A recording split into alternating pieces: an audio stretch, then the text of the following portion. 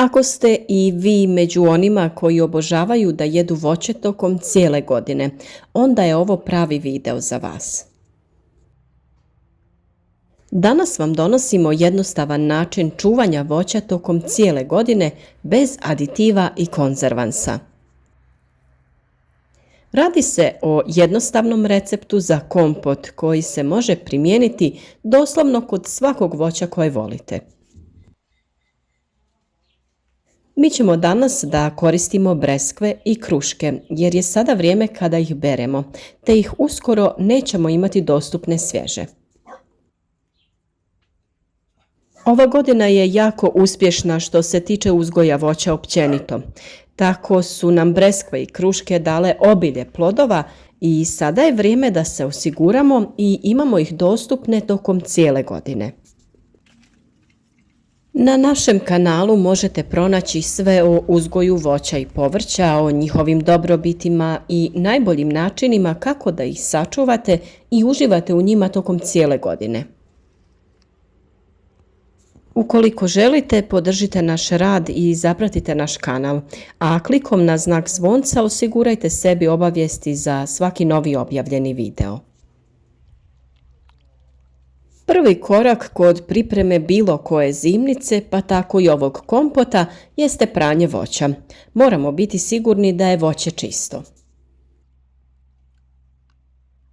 Nakon što smo ga oprali, vrijeme je da pregledamo voće, da li je sve potpuno zdravo i da ga ogulimo.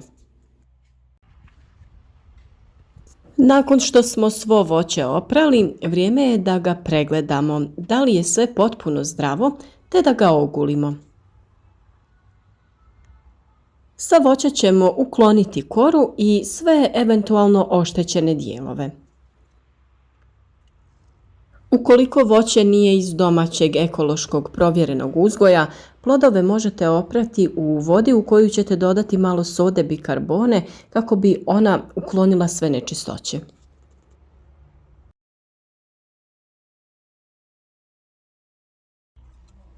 Kako nam voće ne bi pocrnilo tokom stajanja, bitno je da ovaj dio odradite brzo i dok određeni dio voća ogulite i narežete na željene veličine komada, odmah ga stavljajte u pripremljene bocune i pakujte.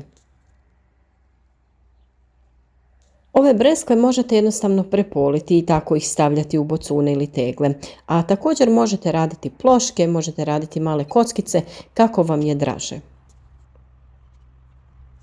Pripremljene komade pakujete u tegle, stavljate količinu koju želite. Ukoliko želite da imate nekako otprilike jednak omjer plodova i one tekućine, onda nemojte puniti teglu do vrha, a ukoliko volite više voća, napunite ju do kraja.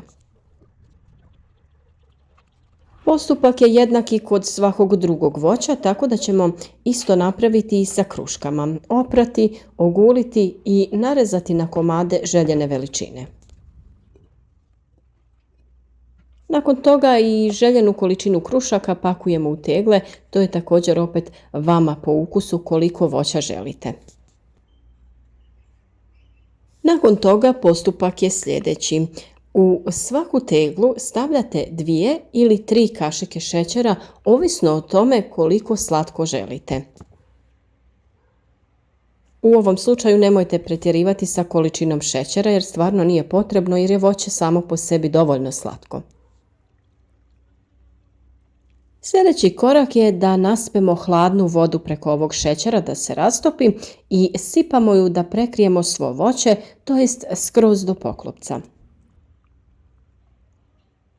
I to je to. Sljedeći korak je zatvaranje ovih tegli. Dobro zategnete poklopac, bitno je da je čvrst i nov, da ne propušta zrak kako nam se kompot ne bi pokvario. Na ovaj način sačuvati ćemo sve dobrobiti ovoga voća zato što nije prokuhavano i termički obrađivano. Jednostavno koristi se zdravo voće sa svim svojim nutrijentima.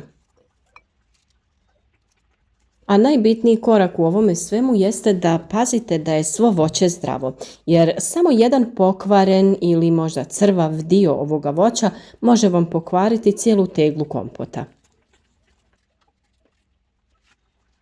Ukoliko želite, možete dodati i kriške limuna ili naranče kako bi dali onu dozu citrusa i malo kiselosti. Postupak je, kao što vidite, vrlo jednostavan, a cijelu godinu će vam biti dostupno voće u skoro pa svježem obliku. Ja voće režem i odmah pakujem u tegle kako ne bi pocrnilo od stajanja. Odmah dodajem šećer i vodu te ih zatvaram. Na ovaj način možete sačuvati bilo koje voće koje vam je dostupno. Breskve, jabuke, kruške, nektarine, višnje, maline, šljive, stvarno vama je na izbor. Kada ste svo voće spakovali, dobro protresite ove tegle kako bi se šećer rastopio. Te onda pronađite lonac u koji će vam moći stati tegle da se naspe voda sve do poklopaca. Stavite na dno jednu krpu, poredate vaše tegle i naspete hladnu vodu. Nakon što je voda u loncu prokuhala, kuhate svega 3 minute i vaš kompot je spreman. Tegle izvadite na neki stolnjak ili neku deku u kojoj ćete ih umotati kako bi se one postupno hladile i proces pasterizacije je na taj način gotov.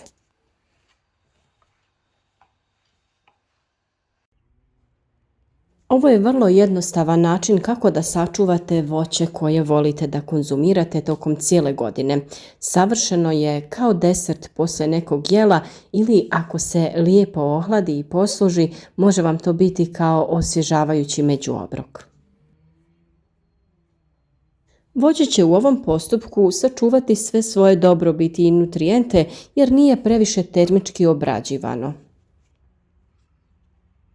Ovako pripremljen kompot doslovno vam može trajati godinama, pa ukoliko imate veću količinu dostupnog voća, slobodno ga iskoristite i možete ga trošiti cijelu zimu, godinu ili 2.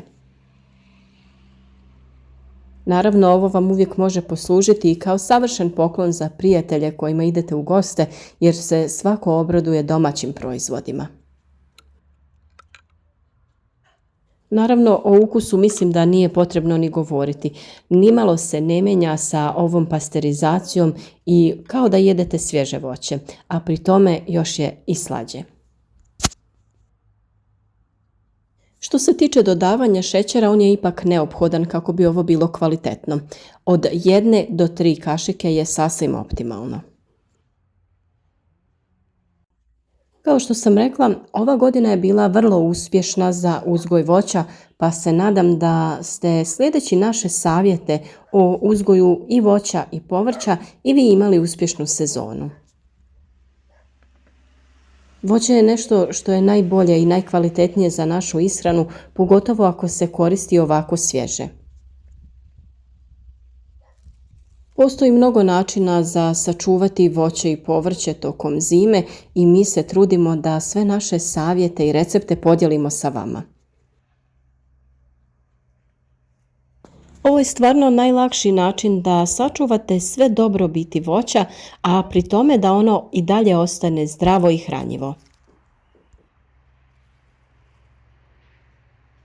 Šećer je u ovom receptu neophodan kao neki oblik konzervansa, a ukoliko ne smijete konzumirati previše šećera, nakon otvaranja jedne staklenke ovog kompota izvadite slobodno količinu koju želite pojesti i razrijedite ju sa malo vode. A ono što vam preporučujem dok su još uvijek ovi topli ljetni dani jeste da ovaj kompot ohladite na sebi ugodnu temperaturu i osvježite se sa zdravim voćem. U ova izazovna vremena stvarno mislim da je vrijeme da se okrenemo prirodi i da probamo što više toga uzgojiti sami. Nije neophodno da imate neku veliku količinu zemljišta, bašte ili prostora, jednostavno možete uzgojiti određene biljke na malom prostoru ako dobro isplanirate. Cijeli smisao ovog našeg kanala i ovog rada jeste da sa vama podijelimo što više mogućnosti, dobrih ideja i savjeta kako da se hranite zdravo i sami uzgajate ono što jedete. Mnogi su prepoznali naš trud i rad i hvala vam na tome, na svoj podršci koju nam pružate.